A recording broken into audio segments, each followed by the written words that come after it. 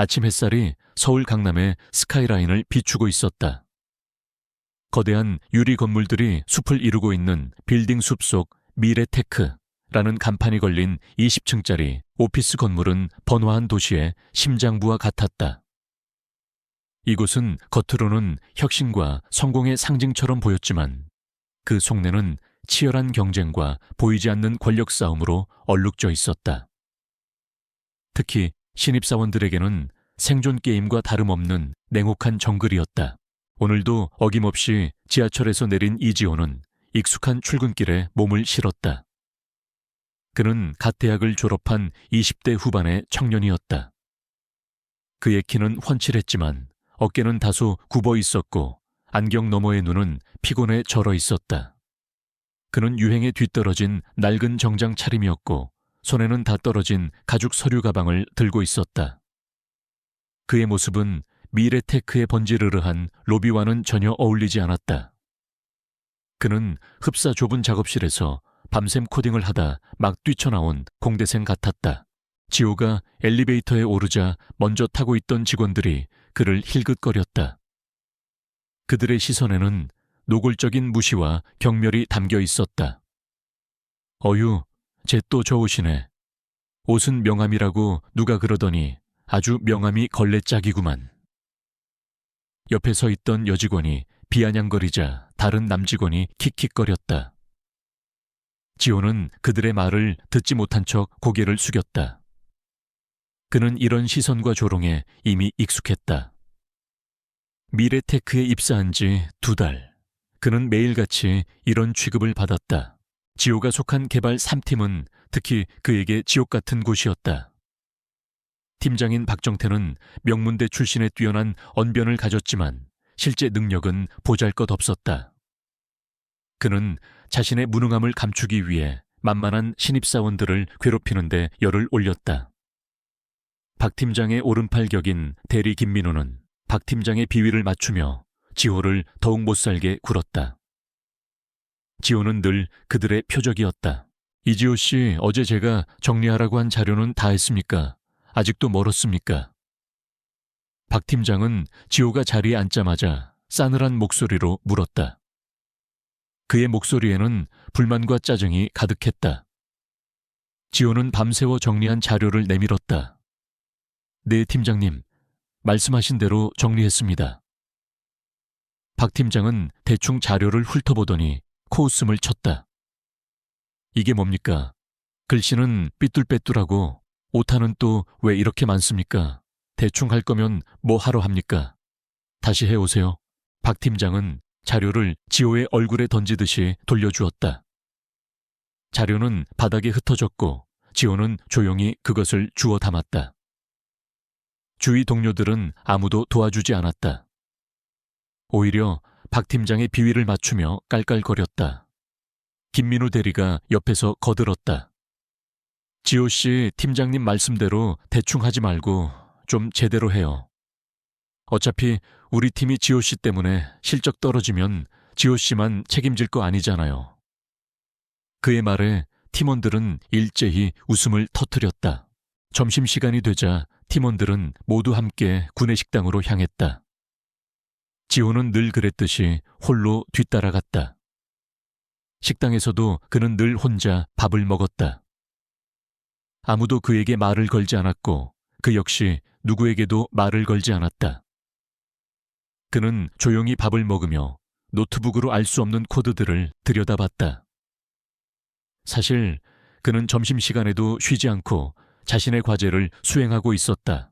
그의 진짜 신분은 미래테크의 오너이자 창립자인 이 회장의 외손자였다. 지호의 어머니는 이 회장의 유일한 딸이었지만 사업에는 전혀 관심이 없었다.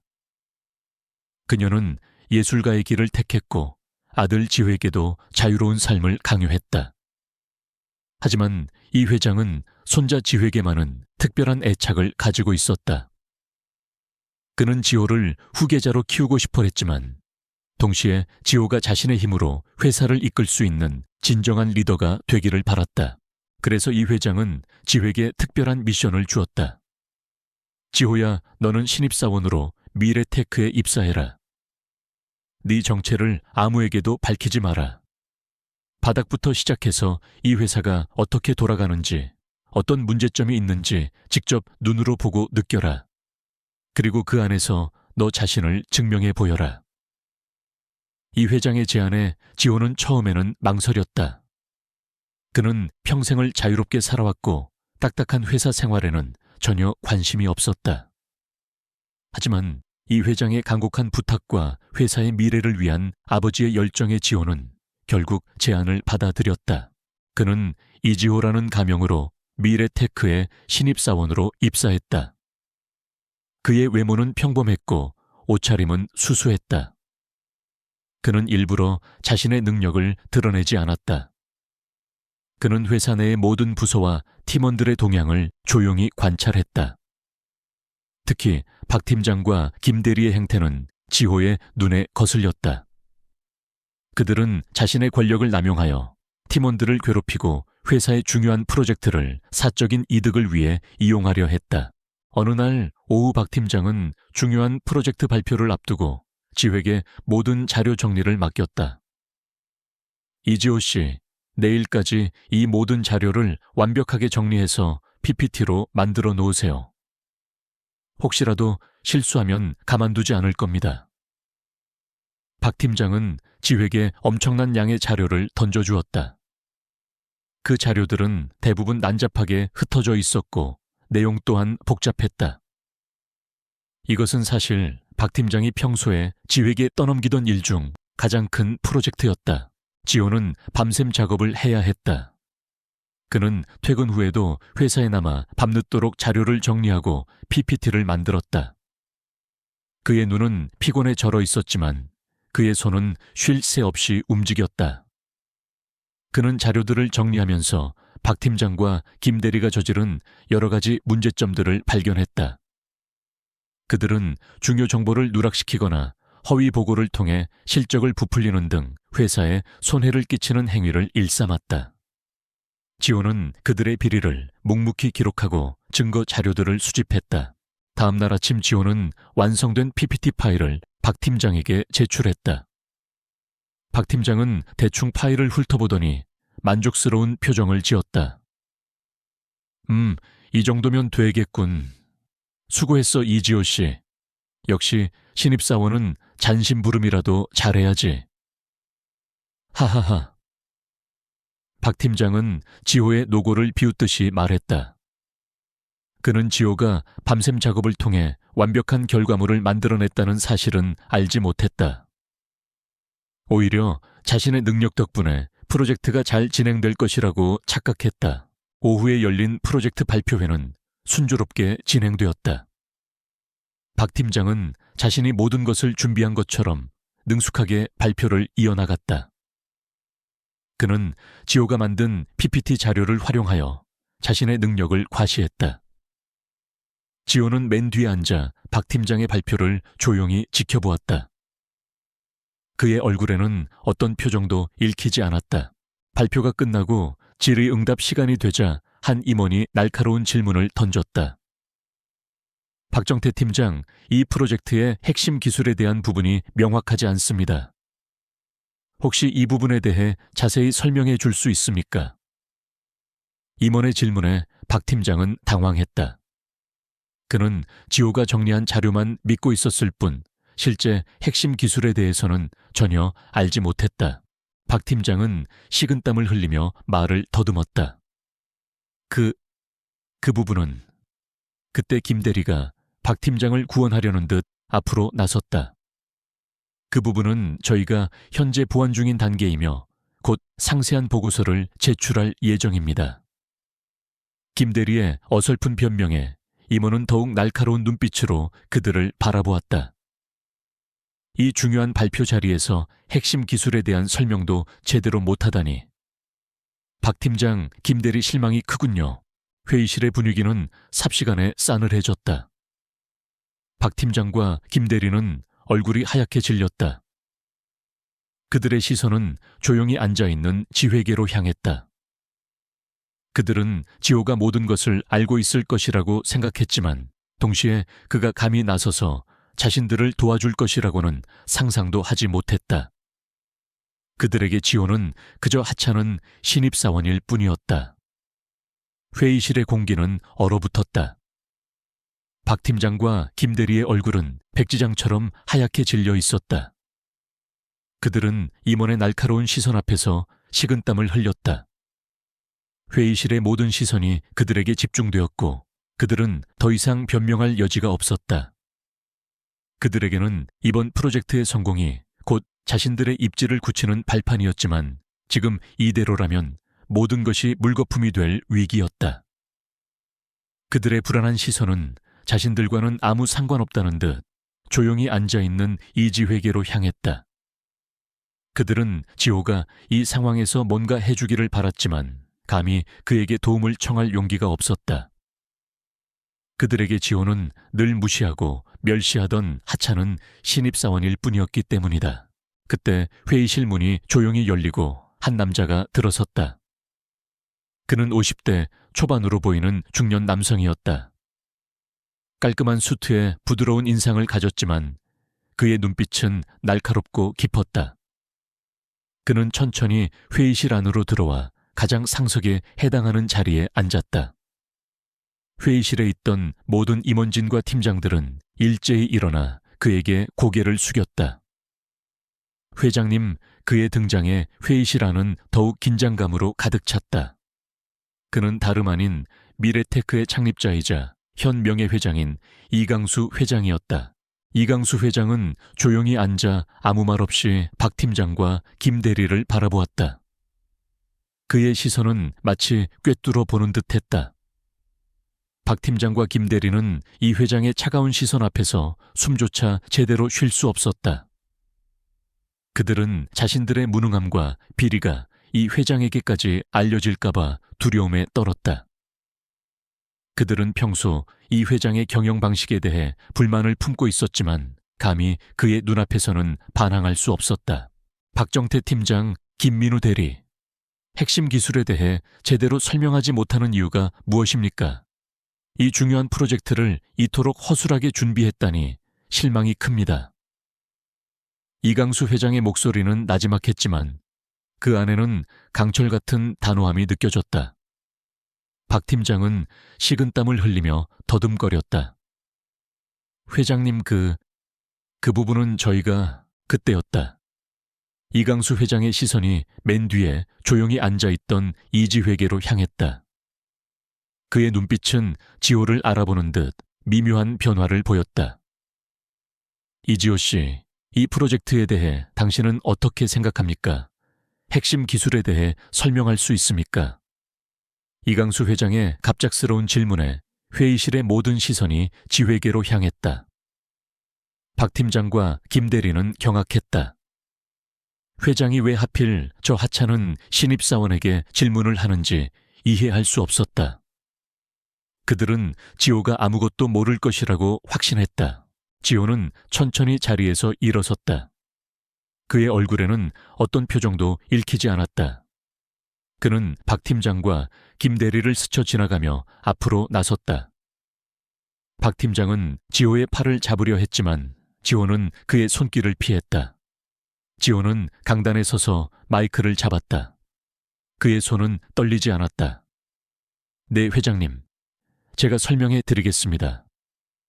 지호의 목소리는 나지막했지만 또렷하고 자신감이 넘쳤다. 그는 박 팀장이 만든 PPT 자료를 넘겼다. 그리고는 자신이 밤샘 작업을 통해 따로 준비했던 자료들을 화면에 띄웠다. 그 자료들은 박 팀장의 것과는 비교할 수 없을 정도로 정교하고 상세했다. 지호는 핵심 기술의 원리부터 적용 방안, 그리고 예상되는 문제점과 해결책까지 명확하게 설명해 나갔다. 그의 설명은 논리적이고 체계적이었다. 그는 어려운 기술 용어를 쉽게 풀어 설명했고 마치 자신이 직접 그 기술을 개발한 사람처럼 막힘없이 이야기를 이어나갔다. 회의실의 모든 임원진들은 지호의 발표에 집중했다. 그들의 얼굴에는 놀라움과 감탄이 교차했다. 박 팀장과 김 대리는 충격으로 입을 다물지 못했다. 그들은 자신들이 무시하고 조롱했던 신입사원이 이토록 뛰어난 능력을 가지고 있을 줄은 상상도 하지 못했다. 그들은 지호의 발표를 들을수록 자신들의 무능함과 오만함이 적나라하게 드러나는 것을 느꼈다. 그들의 얼굴은 불그락푸르락해졌고 식은땀은 비 오듯 흘러내렸다.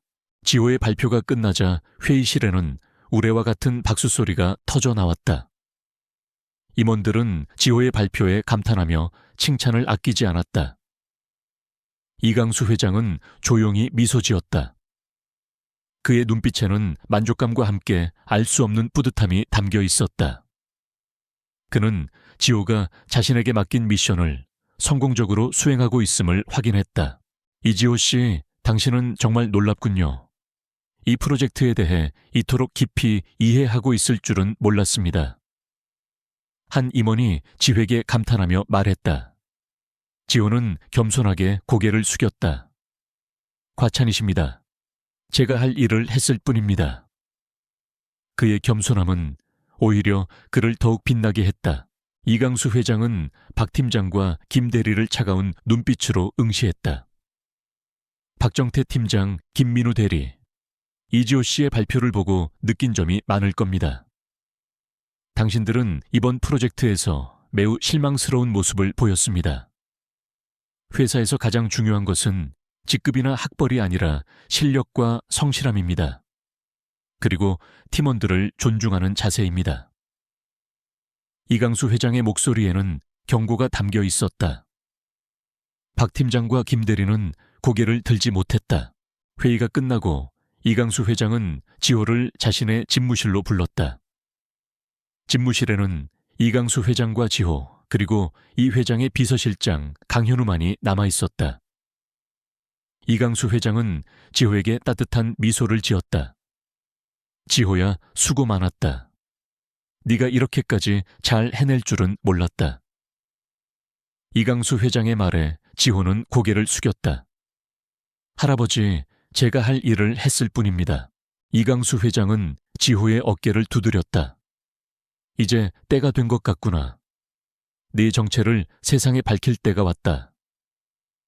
이강수 회장의 말에 지호는 잠시 망설였다. 그는 여전히 신입사원으로서의 삶에 익숙해져 있었고 자신의 진짜 신분을 밝히는 것이 두려웠다.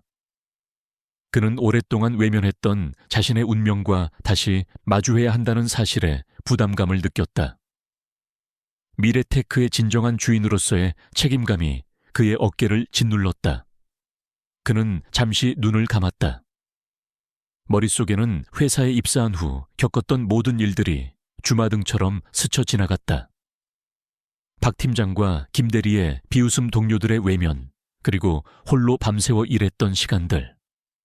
그 모든 순간들이 그를 더욱 강하게 만들었다. 이강수 회장은 지호의 망설임을 눈치챈 듯 말했다. 두려워하지 마라, 지호야. 너는 이 회사를 이끌 진정한 리더가 될 것이다.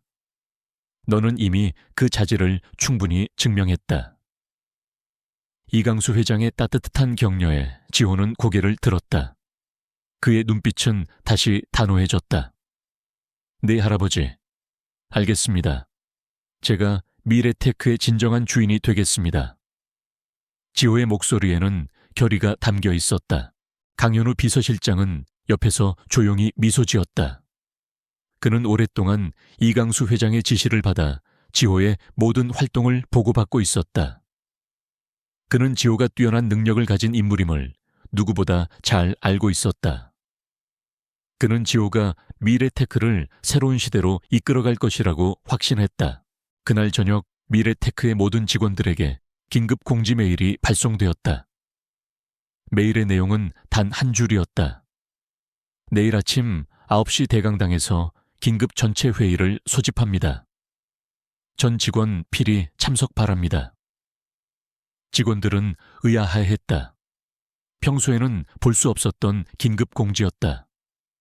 그들은 무슨 일이 벌어질지 알지 못한 채 불안감에 휩싸였다. 특히 박 팀장과 김 대리는 오늘 회의에서 이강수 회장에게 질책을 받은 탓에 더욱 불안해했다. 그들은 자신들의 미래가 어떻게 될지 알 수 없었다. 다음 날 아침 미래테크의 대강당은 이상하리만큼 조용했다. 평소 같으면 삼삼오오 모여 잡담을 나누거나 스마트폰을 들여다볼 직원들이 모두 굳은 표정으로 자리에 앉아 있었다. 그들의 얼굴에는 긴장감과 알 수 없는 불안감이 엿보였다. 어젯밤 발송된 긴급 전체 회의 소집 메일 때문이었다. 회사에 중요한 사안이 있을 때만 열리는 전체 회의였기에 모두들 무슨 일이 벌어질지 예측하려 애썼다. 박정태 팀장과 김민우 대리는 맨 앞줄에 앉아 있었다. 그들의 얼굴은 창백했고 눈빛은 불안하게 흔들렸다. 그들은 어제 이강수 회장 앞에서 망신을 당한 일 때문에 밤새 잠을 설쳤다.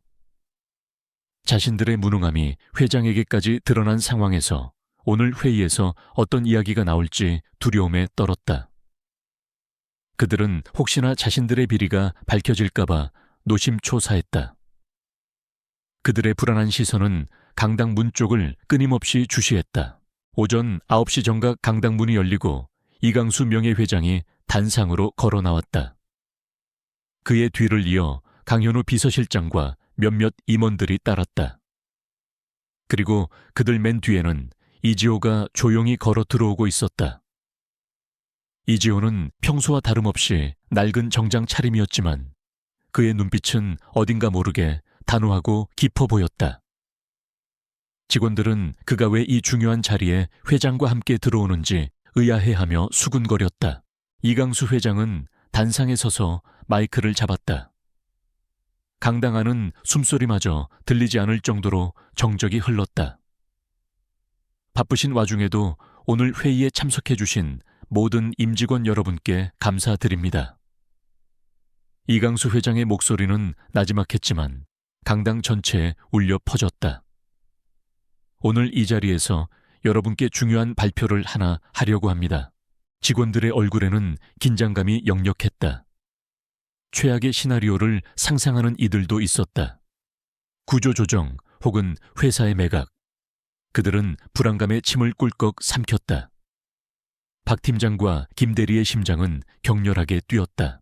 저는 지난 30년간 미래테크를 설립하고 이끌어왔습니다. 이 회사는 저의 전부였고 저의 꿈이었습니다. 하지만 이제 저는 새로운 도전을 하려고 합니다. 오늘부로 저는 미래테크의 명예회장직에서 물러나겠습니다. 이강수 회장의 말에 강당 안은 술렁거렸다. 모두가 놀랐다. 이강수 회장은 미래테크의 상징과 같은 존재였기 때문이었다. 그리고 저의 뒤를 이어 미래테크를 이끌어갈 새로운 주인을 소개하고자 합니다. 이강수 회장은 잠시 말을 멈추고 옆에 서 있던 이지회계로 손을 내밀었다. 모든 시선이 이지회계에 집중되었다. 직원들은 여전히 의아해했다. 왜 저 신입사원이 회장 옆에 서 있는 것일까?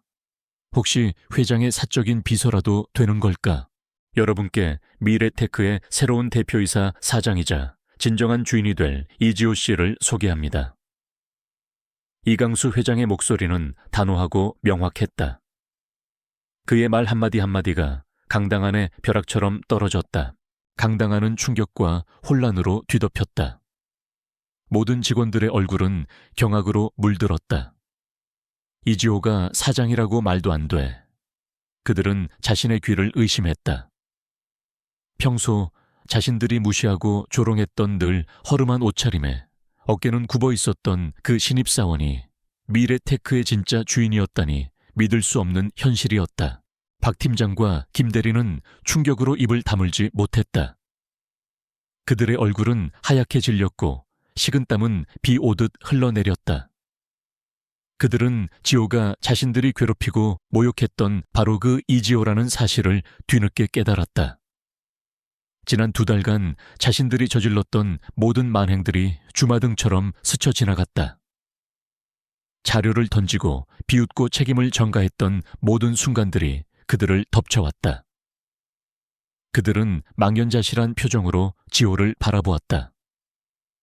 그들의 시선에는 공포와 함께 알 수 없는 절망감이 담겨 있었다. 지호는 단상 앞으로 나섰다. 그의 얼굴에는 어떤 감정도 읽히지 않았다. 그는 마이크를 잡고 천천히 입을 열었다. 안녕하세요, 이지호입니다. 오늘부로 미래테크의 대표이사 사장직을 맡게 되었습니다. 그의 목소리는 차분했지만 강당 전체에 쩌렁쩌렁 울렸다. 모든 직원들은 그의 목소리에 집중했다. 그들은 자신들의 눈앞에 펼쳐진 현실을 애써 부정하려 했다. 저는 지난 2달간 여러분과 함께 신입사원으로서 근무했습니다. 지호의 말에 직원들은 다시 한번 술렁거렸다. 그들은 지호가 왜 신분을 숨기고 신입사원으로 일했는지 궁금해했다. 저는 회사의 가장 밑바닥부터 시작하여 미래테크의 진정한 모습을 보고 싶었습니다. 회사의 장점과 단점, 그리고 무엇보다 중요한 것은 우리 회사의 문화였습니다. 지호는 잠시 말을 멈추고 박 팀장과 김 대리가 앉아있는 곳을 향해 시선을 돌렸다. 박 팀장과 김 대리는 지호의 시선에 몸을 움츠렸다. 그들은 지호의 말에서 자신들의 행동이 회장의 귀에 들어갔다는 사실을 직감했다. 그들은 불안감에 고개를 숙였다. 저는 지난 2달간 우리 회사의 밝은 면과 어두운 면을 모두 보았습니다. 그리고 우리 회사에 반드시 개선되어야 할 점이 있다는 것을 깨달았습니다. 지호의 목소리는 더욱 단호해졌다. 저는 앞으로 미래테크의 문화를 완전히 바꿀 것입니다. 능력과 성과를 중시하고 서로 존중하고 협력하는 문화를 만들 것입니다. 어떤 직급이든 어떤 위치에 있든 모든 직원이 동등하게 존중받는 회사를 만들 것입니다. 그의 말은 직원들에게 큰 울림을 주었다. 몇몇 직원들은 민준의 말에 고개를 끄덕이며 희미하게 미소 지었다. 그들은 그동안 회사 내에서 벌어졌던 불합리한 일들과 갑질에 지쳐 있었기 때문이었다. 그리고 지호는 말을 멈추고 강당 전체를 둘러보았다. 저는 오늘 이 자리에서 미래테크의 새로운 시작을 선언합니다.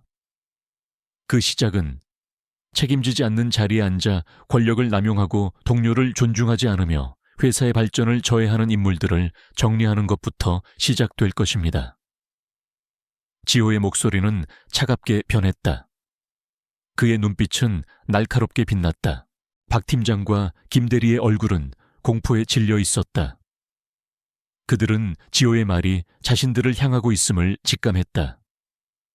그들은 벌떡 일어나 변명하려 했지만 지호는 그들에게 기회를 주지 않았다. 박정태 팀장, 김민우 대리, 그리고 몇몇의 행동은 이미 회사의 명예를 실추시키고 동료들에게 큰 상처를 주었습니다. 저는 더 이상 그런 인물들과 함께 미래테크를 이끌어갈 수 없습니다. 지호의 말이 끝나자 강현우 비서실장이 앞으로 나섰다. 그의 손에는 서류 뭉치가 들려 있었다. 박정태 팀장, 김민우 대리, 그리고 여기에 이름이 호명되신 분들은 잠시 후 인사팀으로 가셔서 해고 통보서를 받아가시기 바랍니다. 강현우 실장의 목소리는 냉정하고 단호했다. 그는 미리 준비된 해고 통보서를 읽어 내려갔다. 그 안에 박 팀장과 김 대리 외에도 몇몇 팀원들의 이름이 포함되어 있었다. 그들은 모두 지호를 괴롭히고 동조했던 인물들이었다.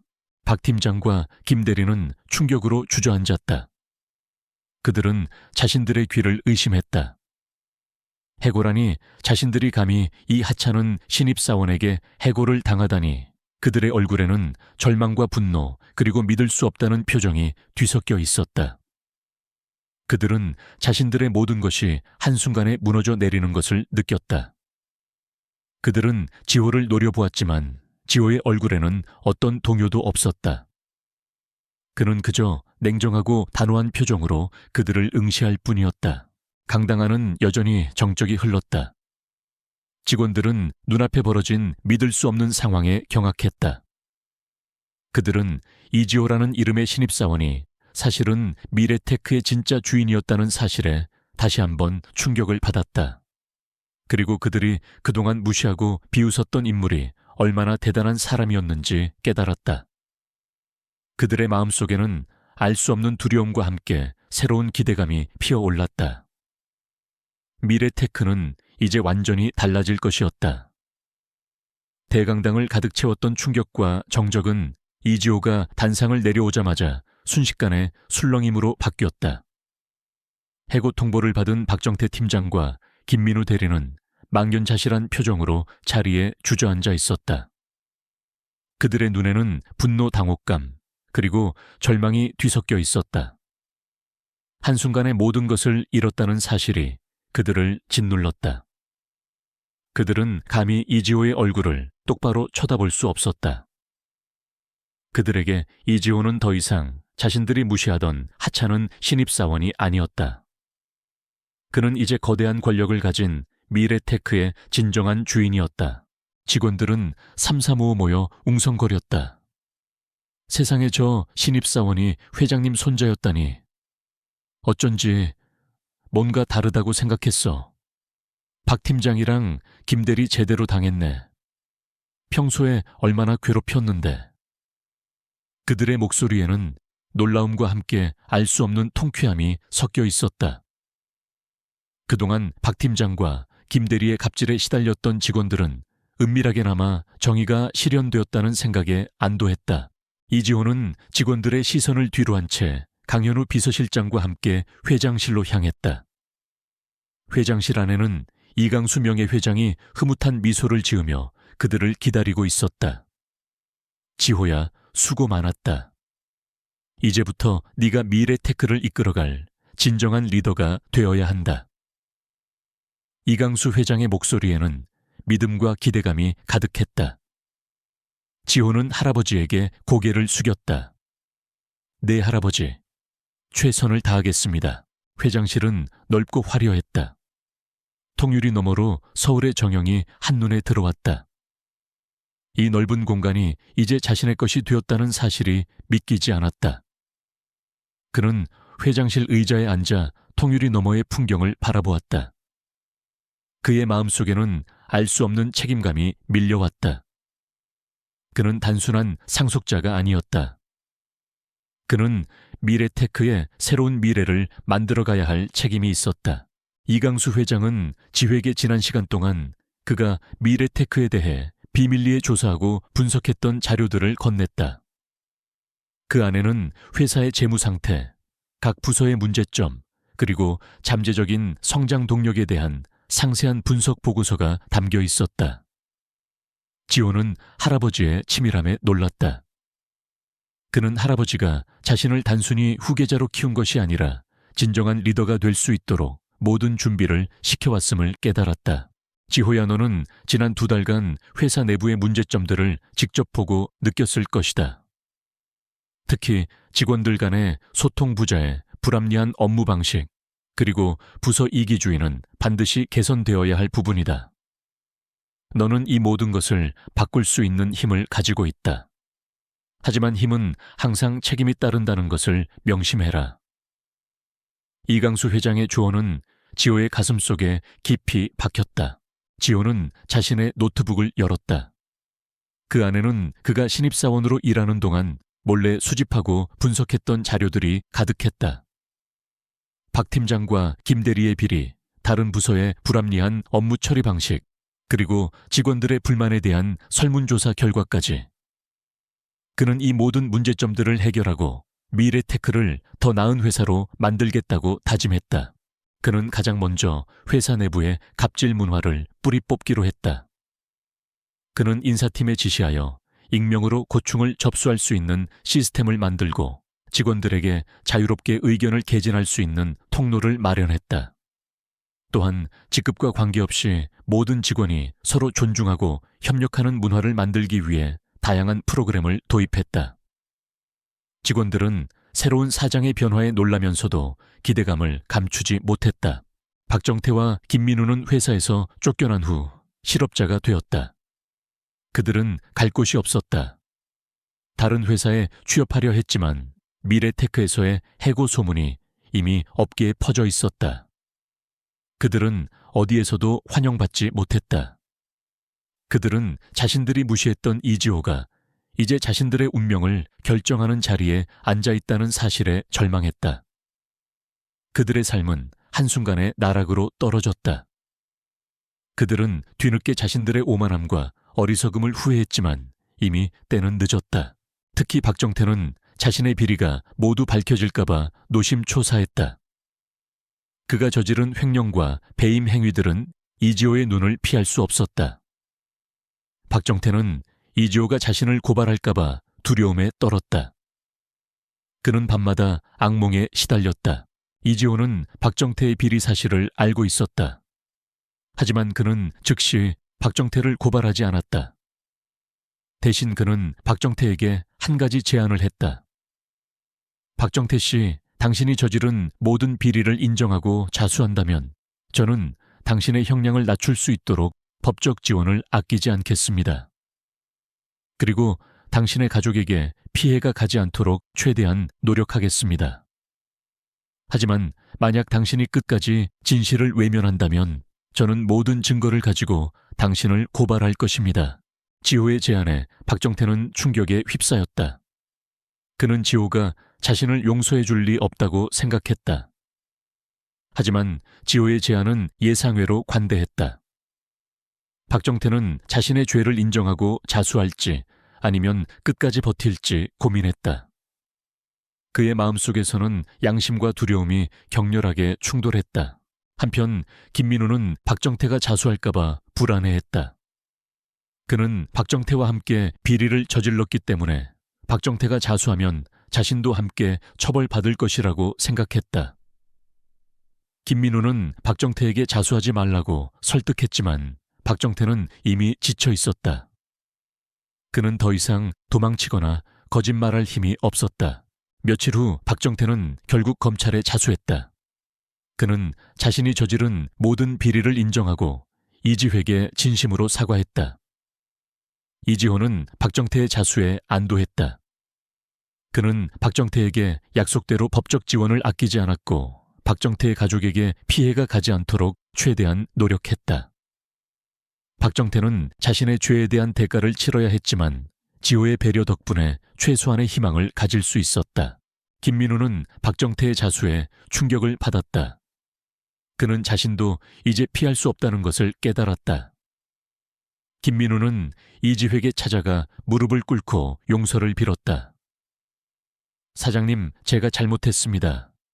부디 한 번만 용서해 주십시오. 김민우의 비굴한 모습에 지호는 씁쓸하게 미소 지었다. 김민우 씨, 당신은 자신의 잘못을 인정하고 반성해야 합니다. 용서는 당신이 스스로 얻는 것입니다. 지호는 김민우를 고발하지는 않았지만 그에게 미래테크에서 영원히 일할 수 없도록 조치했다. 김민우는 결국 회사에서 쫓겨나 다른 회사에 취직하는 것도 어려워졌다. 이지호는 미래테크의 사장이 된 후 회사를 완전히 바꾸어 놓았다. 그는 혁신적인 기술 개발에 투자하고 직원들의 복지를 향상시키는 데 힘썼다. 그는 무엇보다 사람을 중요하게 생각했다. 직급과 상관없이 모든 직원들의 의견을 경청하고 그들의 능력을 최대한 발휘할 수 있도록 지원했다. 미래테크는 이지호의 리더십 아래 빠르게 성장했고 대한민국을 넘어 세계적인 기업으로 발돋움하기 시작했다. 이지호의 이야기는 수많은 사람들에게 감동과 교훈을 주었다. 그는 겉모습만으로 사람을 판단해서는 안 된다는 것을 보여주었고 진정한 리더십은 권위가 아니라 겸손과 배려에서 나온다는 것을 증명했다. 그는 자신을 괴롭혔던 이들에게 복수하기보다 그들이 자신의 잘못을 깨닫고 반성할 기회를 주었다. 그의 이야기는 모든 직장인들에게 깊은 울림을 주며 진정한 가치가 무엇인지 다시 한번 생각하게 했다. 이지호의 혁신적인 리더십 아래 미래테크는 빠르게 변화하고 있었다. 회사는 이전에 경직되고 수직적인 문화를 벗어나 수평적이고 개방적인 분위기로 탈바꿈했다. 모든 직급의 직원들은 자유롭게 의견을 개진할 수 있었고 지호는 그들의 아이디어를 적극적으로 수용했다. 특히 그는 젊은 인재들의 창의성을 장려하기 위해 스타트업처럼 유연한 근무 환경을 조성했다. 복장 자율화, 유연 근무제 도입, 그리고 재택근무 확대 등 파격적인 정책들이 시행되었다. 직원들의 만족도는 하늘을 찔렀고 회사의 생산성 또한 눈에 띄게 향상되었다. 지호는 단순히 경영 방식만 바꾼 것이 아니었다. 그는 기술 개발에 대한 투자를 아끼지 않았다. 특히 인공지능과 빅데이터 분야에 집중적으로 투자하여 미래테크를 선도적인 기술 기업으로 성장시켰다. 그의 비전은 명확했다. 돈을 벌기 위한 기술이 아닌 사람들의 삶을 더 나은 방향으로 이끌 기술을 만드는 것이었다. 그의 리더십 아래 미래테크는 혁신적인 제품들을 연이어 출시하며 시장을 선도했다. 언론은 미래테크의 놀라운 변화를 연일 보도했고 지호는 젊고 유능한 CEO의 표본으로 추앙받았다. 하지만 모든 것이 순탄했던 것은 아니었다. 박정태와 김민우가 회사에서 해고되고 비리 사실이 밝혀진 후에도 그들을 지지하거나 그들과 연관된 일부 세력들은 여전히 회사 내부에 존재했다. 그들은 지호의 개혁에 불만을 품고 있었고 어떻게든 지호의 발목을 잡으려 호시탐탐 기회를 엿보았다. 그들은 익명으로 지호에 대한 악성 루머를 퍼뜨리거나 회사 기밀을 외부에 유출하려 시도하는 등 교활한 방법으로 지호를 견제했다. 특히 지호의 이러한 변화에 가장 큰 불만을 품은 인물은 상무이사 최영호였다. 그는 이강수 회장의 사촌 동생이자 박정태 팀장을 발탁했던 장본인이었다. 최영호 상무는 보수적이고 권위적인 인물로 자신의 권력과 이득을 최우선으로 생각했다. 그는 이강수 회장이 지호를 후계자로 지목한 것에 대해 불만을 품고 있었고 지호의 파격적인 개혁에 대해서도 탐탁지 않게 생각했다. 그는 지호가 너무 젊고 경험이 부족하다고 생각했으며 결국 미래테크를 망하게 할 것이라고 확신했다. 최영호는 은밀히 자신의 세력을 규합하고 지호를 끌어내리기 위한 음모를 꾸몄다. 어느 날 미래테크의 중요한 프로젝트 중 하나인 인공지능 기반의 신기술 개발 프로젝트에서 치명적인 오류가 발생했다.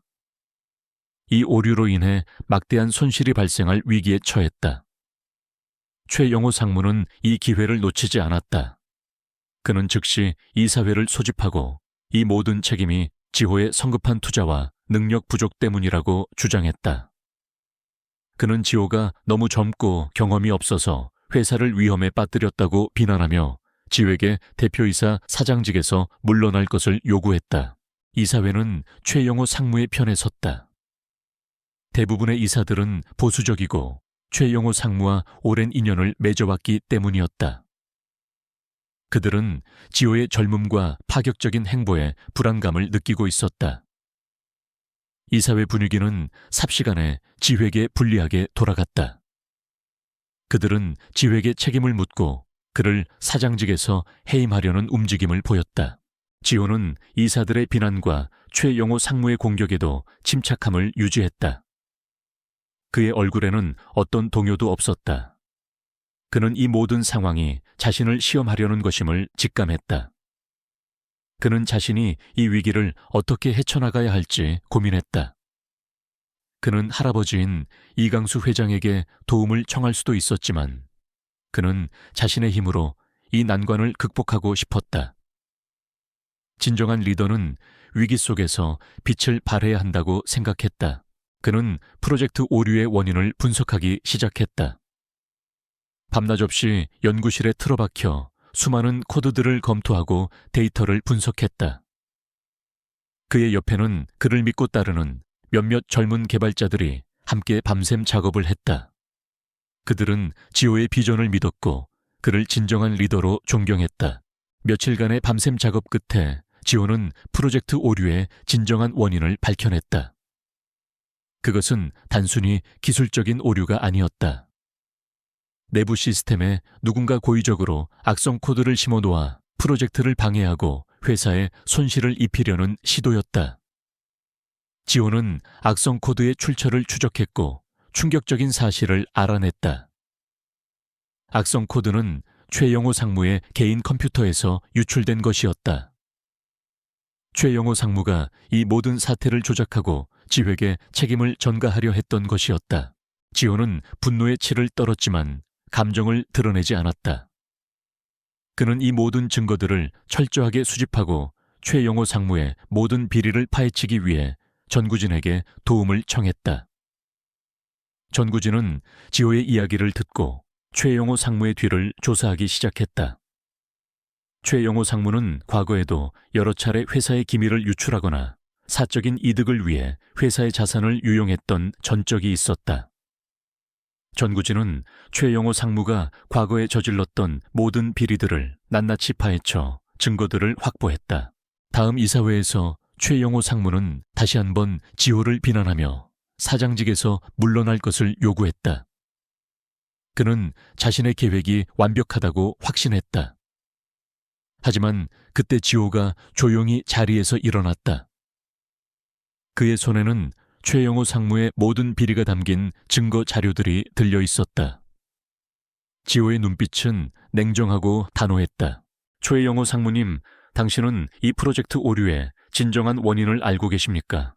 그리고 당신이 저지른 모든 비리에 대해 해명해 주십시오. 지호의 목소리는 낮았지만 이사회장 전체에 울려 퍼졌다. 최영호 상무의 얼굴은 하얗게 질렸다. 그는 지호가 이 모든 것을 알고 있을 줄은 상상도 하지 못했다. 지호는 최영호 상무의 비리 증거들을 하나하나 공개했다. 악성 코드 유출, 과거 회사 기밀 유출, 사적인 이득을 위한 자산 유용, 그리고 이지한 실장과의 은밀한 거래 내역까지. 모든 증거들은 최영호 상무가 미래테크의 가장 큰 암적인 존재였음을 명확하게 보여주었다.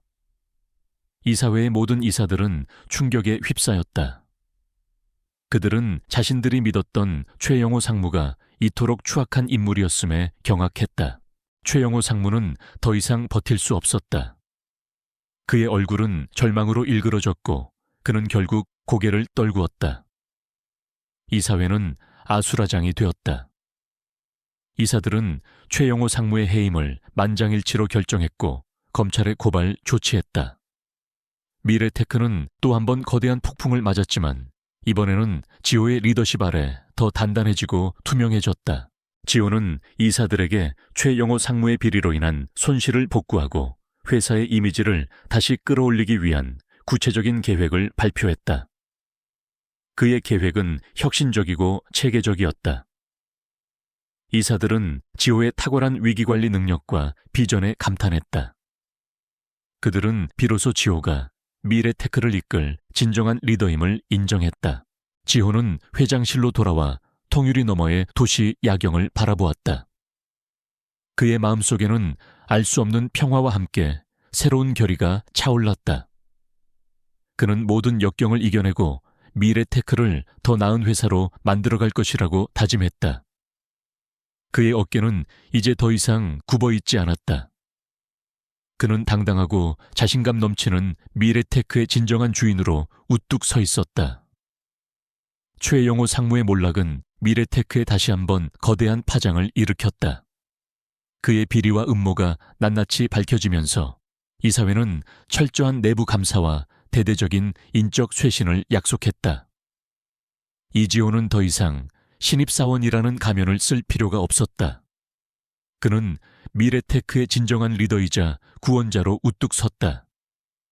하지만 그의 앞에는 여전히 험난한 길이 놓여 있었다. 회사의 이미지를 회복하고 무너진 신뢰를 다시 세우는 것은 결코 쉬운 일이 아니었다. 지호는 취임 후 가장 먼저 회사의 투명성을 강화하는 데 집중했다. 그는 모든 의사결정 과정을 공개하고 직원들의 의견을 적극적으로 수렴하는 오픈 커뮤니케이션 시스템을 도입했다. 또한 내부 비리 제보 시스템을 강화하여 어떤 비리도 용납하지 않겠다는 강력한 의지를 보여주었다. 그의 이러한 노력은 직원들에게 큰 신뢰를 주었고 미래테크는 점차 건강한 기업 문화를 회복하기 시작했다. 하지만 회사 외부에서는 여전히 지호의 리더십에 대한 의문과 견제가 존재했다. 특히 경쟁사들은 미래테크의 위기를 기회 삼아 공격적인 마케팅과 언론 플레이를 펼쳤다. 그들은 지호가 너무 젊고 경험이 부족하다며 미래테크의 미래를 불투명하게 만들려 했다.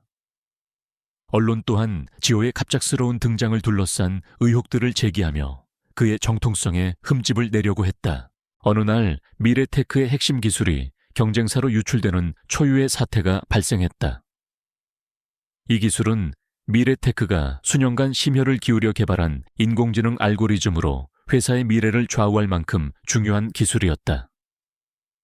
기술 유출 소식에 회사 내부는 발칵 뒤집혔고 언론은 미래테크의 보안 시스템과 지호의 리더십에 대한 비판을 쏟아냈다. 지호는 이 위기 앞에서 침착함을 유지했다. 그는 곧바로 비상대책위원회를 소집하고 기술 유출의 원인과 유출자를 파악하는 데 모든 역량을 집중했다. 전구진은 지호의 지시를 받아 기술 유출 경로를 추적하기 시작했다. 그는 외부 해킹 가능성과 내부 소행 가능성 모두를 염두에 두고 철저하게 조사했다. 조사 결과 기술 유출은 외부 해킹이 아닌 내부자의 소행으로 밝혀졌다. 더욱 충격적인 사실은 유출자가 놀랍게도 지호가 신입사원 시절 유일하게 그에게 친절하게 대해주었던 연구개발팀의 젊은 연구원 김선우였다는 것이었다.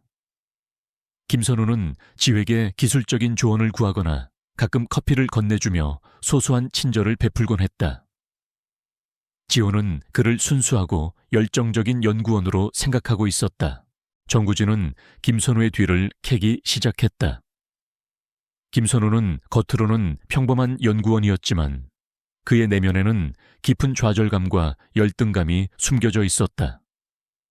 그는 명문대 출신의 뛰어난 재능을 가졌지만 늘 주목받지 못했고 자신의 능력을 제대로 인정받지 못한다고 생각했다. 그의 좌절감은 이지한 실장과 최영호 상무의 해고 이후 더욱 심해졌다.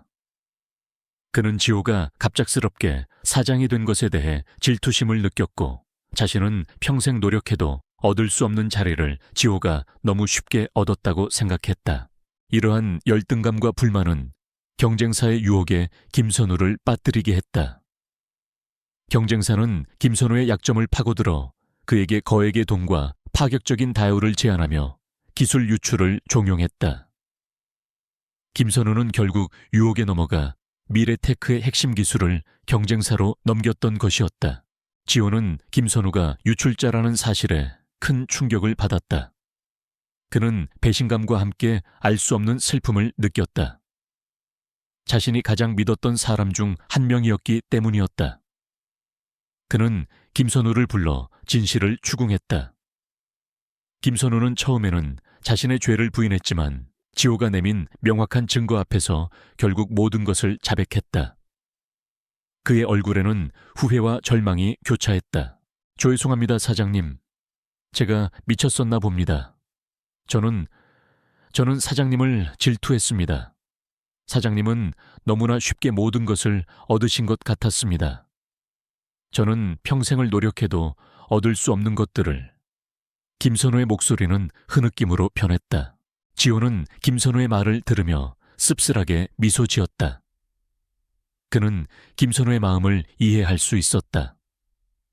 그 역시 신입사원 시절 자신을 무시하고 질투했던 박 팀장과 김 대리의 마음을 어느 정도는 짐작할 수 있었다.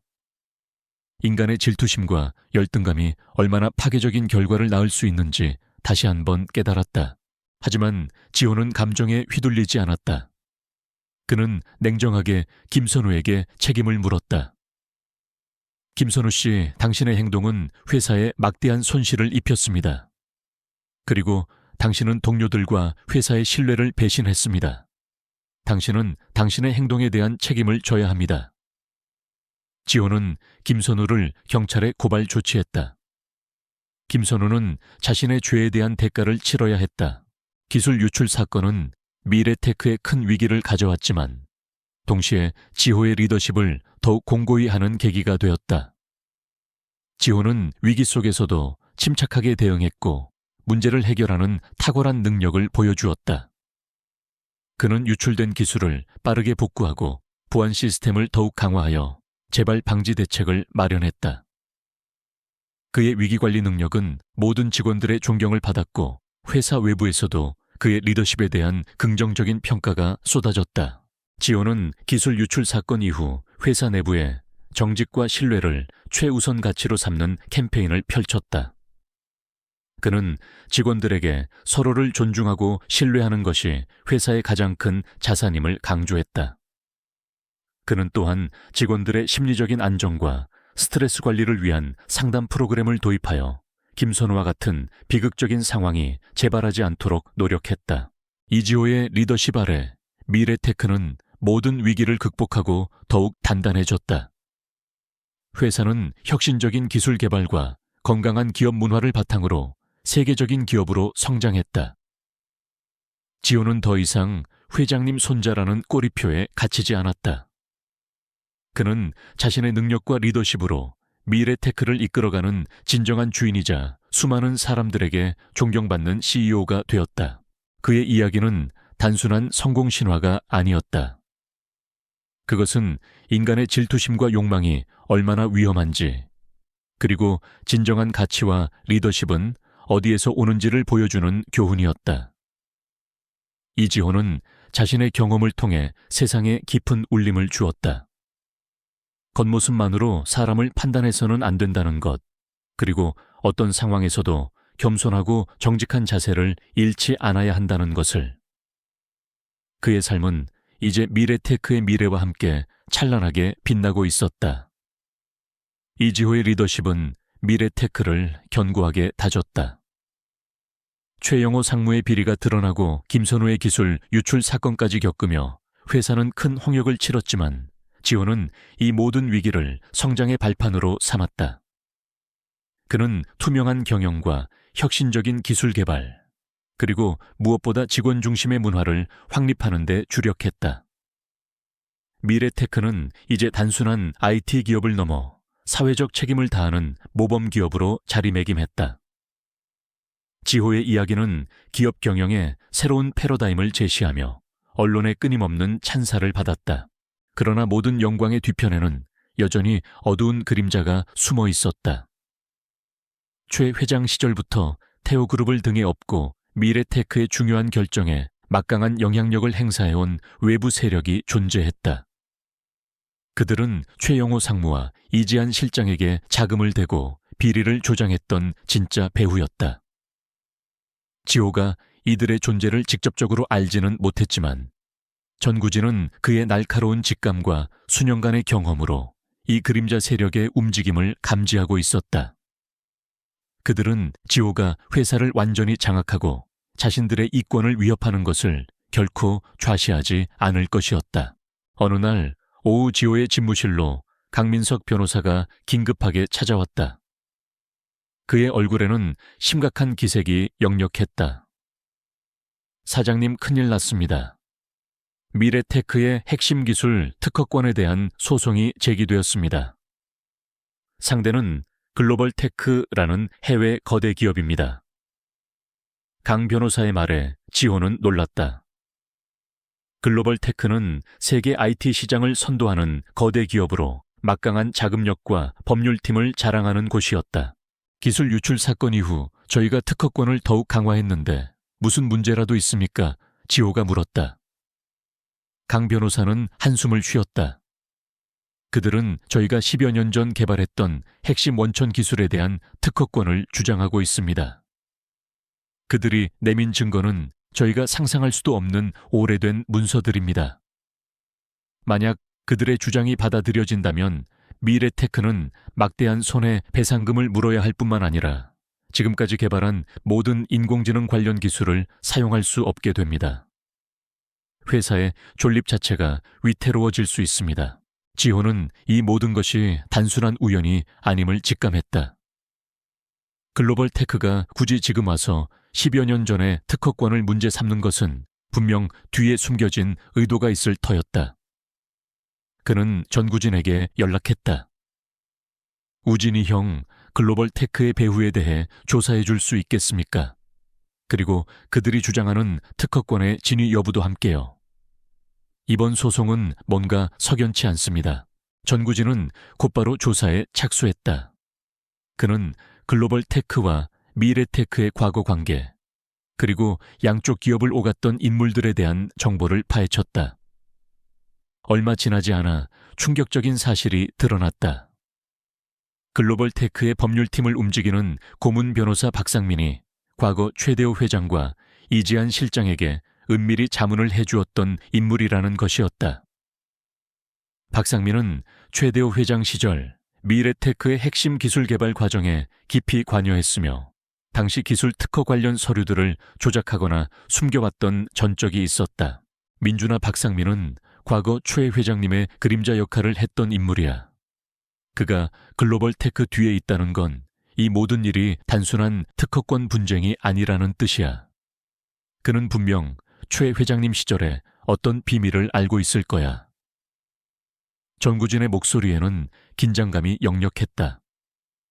그들은 박상민이 최 회장의 죽음과도 연관되어 있을 가능성을 배제할 수 없었다. 지호는 박상민의 과거 행적을 다시 조사했다. 그는 박상민이 최 회장 시절 회사의 중요한 특허 기술을 빼돌려 비자금을 조성했다는 의혹을 발견했다. 그리고 그 비자금이 이지한 실장과 최영호 상무의 비리에 흘러 들어갔다는 정황까지 포착했다. 박상민은 단순한 변호사가 아니었다. 그는 최대호 회장 시절 미래테크의 모든 어두운 비밀을 알고 있는 인물이었다. 그는 자신들의 비리가 밝혀질까봐 지호와 미래테크를 공격했던 것이다. 소송은 팽팽하게 이어졌다. 글로벌 테크는 막대한 자금력을 동원하여 최고의 변호인단을 꾸렸고 조작된 것처럼 보이는 과거 문서들을 증거로 내밀었다. 미래테크는 존폐의 위기에 직면했다. 직원들은 불안해했고 주가는 폭락했다. 지호는 이 모든 압박 속에서도 흔들림 없었다. 그는 밤낮 없이 전구진과 강민석 변호사와 함께 전략을 세우고 방역할 준비를 했다. 민주는 가장 중요하고 결정적인 증거를 찾아야만 했다. 그것은 박상민이 숨기고 있는 미래테크의 진짜 원천 기술 특허 관련 문서였다. 그 문서는 박상민의 개인 금고에 보관되어 있을 것이라고 전구진은 추정했다. 하지만 박상민의 금고는 철저히 숨겨져 있었고 접근하기가 쉽지 않았다. 그때 한 통의 익명 제보 메일이 전구진에게 도착했다. 메일에는 박상민의 비자금 계좌와 함께 그가 과거 최대호 회장의 지시를 받아 비밀리에 관리했던 비공개 데이터 서버의 위치가 적혀 있었다. 그 서버에는 최 회장의 모든 비밀 문서와 개인적인 기록들이 보관되어 있었다. 어쩌면 그 안에 박상민이 숨기고 있는 진짜 특허 문서가 있을지도 모른다는 희망이 생겼다. 지호와 전구진은 즉시 서버의 위치로 향했다. 그곳은 서울 외곽의 낡고 허름한 창고였다. 창고 안은 먼지로 가득했고 낡은 장비들이 어지럽게 놓여 있었다. 전구진은 능숙하게 서버를 찾아내고 해킹을 시도했다. 하지만 서버는 철저하게 암호화되어 있었다. 그때 지호의 머릿속에 섬광처럼 스쳐 지나가는 것이 있었다. 아버지의 마지막 유언을 통해 그가 깨달았던 진정한 가치. 그는 아버지의 삶을 예술로 승화시키면서 아버지의 모든 것을 이해하게 되었다. 그는 문득 아버지의 편지 속에 숨겨진 작은 힌트를 떠올렸다. 아버지는 편지에서 자신의 가장 소중한 것을 가장 평범한 곳에 숨겨두었다고 적혀 있었다. 그리고 그 평범한 곳은 바로 아버지의 서재에 있던 낡은 지구본이었다.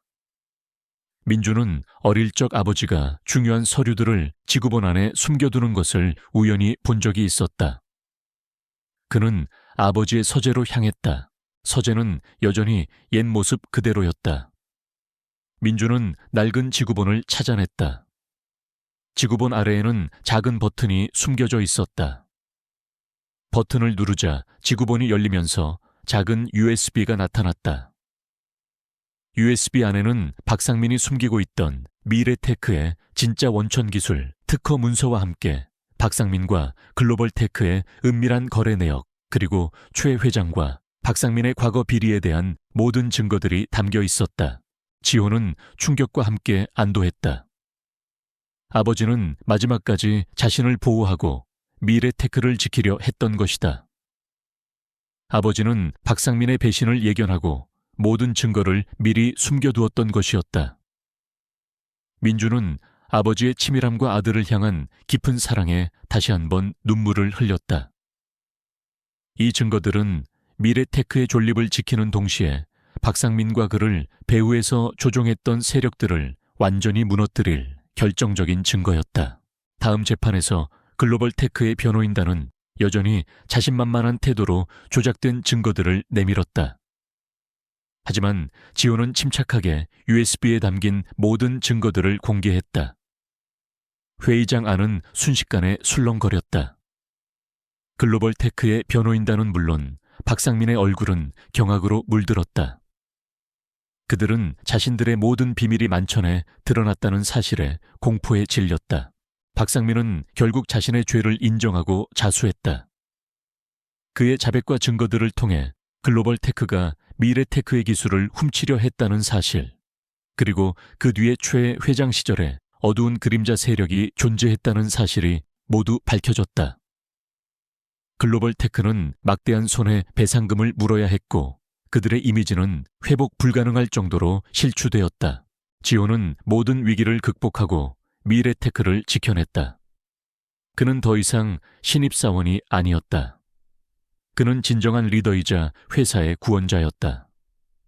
그의 리더십은 모든 직원들에게 희망과 영감을 주었다. 미래테크는 지호의 비전 아래 더욱 단단해지고 투명해지고 혁신적으로 변화하며 세계적인 기업으로 발돋움했다. 그의 이야기는 모든 역경을 딛고 피어난 한 떨기 아름다운 꽃과 같았다. 이지호의 리더십은 미래테크를 강철처럼 단단하게 만들었다. 연이은 위기와 음모 속에서도 그는 흔들림 없이 회사를 이끌었고 그 결과 미래테크는 과거의 모든 어둠을 벗어던지고 빛나는 미래를 향해 나아갔다. 그의 혁신적인 비전과 인간적인 리더십은 모든 직원들에게 깊은 영감을 주었다. 그는 더 이상 회장님 손자라는 꼬리표에 갇히지 않았다. 그는 자신의 능력과 신념으로 미래테크를 이끌어가는 진정한 주인이자 시대를 대표하는 기업가가 되었다. 특허권 소송에서 승리한 후 미래테크는 기술 혁신에 더욱 박차를 가했다. 지호는 인공지능 기반의 새로운 플랫폼을 개발하여 전 세계 시장에 선보였다. 이 플랫폼은 사람들의 삶을 더욱 편리하고 풍요롭게 만들었으며 미래테크는 명실상부한 글로벌 IT 기업으로 자리매김했다. 그의 리더십 아래 회사는 사회적 책임을 다하는 데에도 소홀히 하지 않았다. 그는 소외된 계층을 위한 기술 교육 프로그램을 지원하고 환경 보호를 위한 캠페인에 적극적으로 참여했다. 강민석 변호사는 미래테크의 법률 고문으로서 지호의 든든한 조력자가 되어주었다. 그는 지호의 모든 결정을 지지하며 법적인 문제들을 완벽하게 처리했다. 전구진은 회사의 보안 총괄 책임자로서 미래테크의 모든 기밀을 철저히 보호했다. 그는 지호가 처음 신입사원으로 회사에 들어왔을 때부터 그의 곁을 지키며 그의 성장을 누구보다 가까이서 지켜보았다. 그들은 이제 단순한 동료가 아닌 생사를 함께한 가족과 같은 존재가 되었다. 박정태, 김민우, 최영호, 그리고 박상민을 비롯한 모든 비리 연루자들은 자신들의 죄에 대한 대가를 치렀다. 그들은 법의 심판을 받았고 사회에서 완전히 매장되었다. 그들은 뒤늦게 자신들의 오만함과 탐욕이 얼마나 큰 잘못이었는지 깨달았지만 이미 돌이킬 수 없는 강을 건넌 뒤였다. 그들은 한때 자신들이 무시하고 비웃었던 이지호가 이토록 거대한 존재가 될 줄은 상상도 하지 못했다. 이지호는 가끔 자신의 낡은 신입사원 시절을 회상하곤 했다. 그에게 그 시절은 고통스럽고 힘들었지만 동시에 세상을 배우고 자신을 단련시킨 소중한 시간이었다. 그는 그 경험을 통해 겸손과 인내, 그리고 사람의 진정한 가치를 깨달았다. 그는 이제 어떤 겉모습이나 직급으로도 사람을 판단하지 않았다. 오직 그 사람의 내면과 노력, 그리고 잠재력을 보았다. 어느 날 지호는 자신의 집무실에서 창밖을 바라보고 있었다. 서울의 야경은 여전히 아름답게 빛나고 있었다. 그의 집무실은 이전 최대호 회장의 집무실보다 더 크고 현대적이었다. 그는 이제 이 거대한 기업의 최고 책임자였다. 그의 휴대폰이 울렸다. 발신자는 이강수 명예회장이었다. 지호야, 요즘 잘 지내고 있느냐? 회사가 아주 잘 돌아간다는 소식을 들었다. 네가 자랑스럽구나. 이강수 회장의 목소리에는 깊은 만족감과 사랑이 담겨 있었다. 네, 할아버지 덕분입니다. 할아버지께서 저에게 이 모든 것을 가르쳐 주셨습니다. 지호의 목소리에는 진심 어린 존경심이 묻어났다. 하하하, 아니다. 그것은 모두 내 능력이다. 나는 그저 작은 시험을 주었을 뿐. 너는 나보다 훨씬 훌륭한 리더가 될 것이다. 나는 이제 모든 것을 너에게 맡기고 편히 쉬려 한다. 이강수 회장은 만족스러운 듯 웃었다. 지호는 할아버지의 지혜와 사랑에 다시 한번 감동했다. 할아버지는 그에게 단순히 회사를 물려준 것이 아니었다. 그는 지호가 진정한 리더로 성장할 수 있도록 모든 역경을 겪게 했고, 그를 통해 인생의 진정한 가치를 깨닫게 해주었다. 그날 밤 지호는 오랜만에 낡은 작업실로 돌아왔다. 그곳은 여전히 그의 첫 발자취가 남아있는 소중한 공간이었다. 그는 캔버스 앞에 앉아 붓을 들었다. 그의 붓끝에서 새로운 그림이 태어나고 있었다. 그 그림은 푸른 하늘 아래 활짝 피어난 들꽃들과 그 사이를 자유롭게 날아다니는 작은 나비들의 모습이었다. 그것은 그의 자유로운 영혼과 그가 미래 테크를 통해 세상에 만들어가고 싶은 아름다운 미래를 상징하는 그림이었다. 지호는 더 이상 외롭지 않았다. 그의 옆에는 강민석과 정구진이라는 든든한 동료들이 있었고, 그의 뒤에는 그를 믿고 따르는 수많은 직원들이 있었다. 그는 이제 혼자가 아니었다. 그는 진정한 가족의 의미를 깨달았고, 그의 삶은 이제 사랑과 희망으로 가득 찬 한 폭의 그림과 같았다. 신입사원 시절의 고난과 역경은 그를 더욱 단단하게 만들었고, 그의 이야기는 앞으로도 수많은 사람들에게 겸손의 가치와 편견을 넘어선 진정한 인간성을 가르쳐주는 전설이 될 것이었다.